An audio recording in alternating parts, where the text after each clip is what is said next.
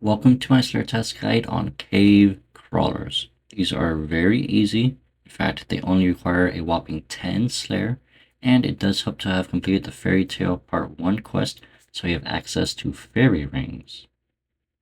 As for their difficulty wise, these bad boys are level 22, have 2,650 health, and while you are defeating them, you can expect to get 43 hit points experience, 132 combat experience, and while on a task, you can get 30 Slayer experience.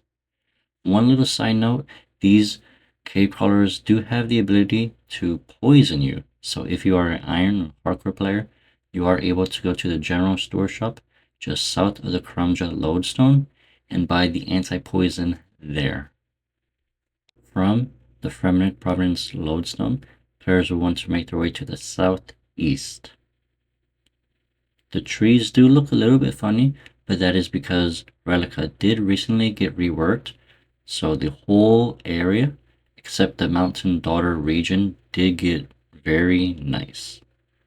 Now, if you do have access to fairy rings, the fairy code right here will be AJR. It's not really needed, but do remember to have your Drawman's staff. Enter the cave to the east, and voila, we are already at the cave crawlers. They're the first monster within the dungeon, and remember, they are level 24, and they do have the ability to range players. This would be very quick. In fact, you could probably 3-4 hit these NPCs, and they'll be doing a lot of click intents. Now, I did find something a little interesting. They do not actually poison you all the time. I think it's based off your defense level, because even after I was wearing nothing, I was letting several cave crawlers attack me at once. For whatever reason, they were still not poisoning me. So if you are a hardcore player or Iron Man, do buy the anti-poison south of the Kremgelosone just as a little precaution. Although the poison will only last about 2 minutes, and you're able to easily tank it because it's not strong poison, it's a very weak poison.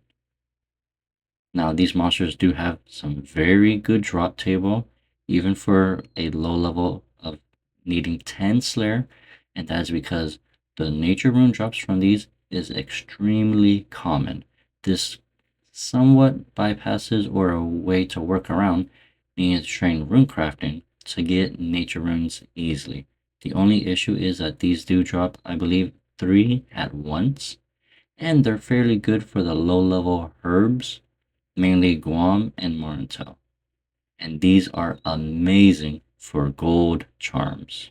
The secondary herblore drops you do get can be a little bit situational, but you are able to make strength potions while you are killing this, as it drops all 3 items needed: the vital water, the limpar roots, and the grimy herb. You'll just have to clean it, add it to the potion.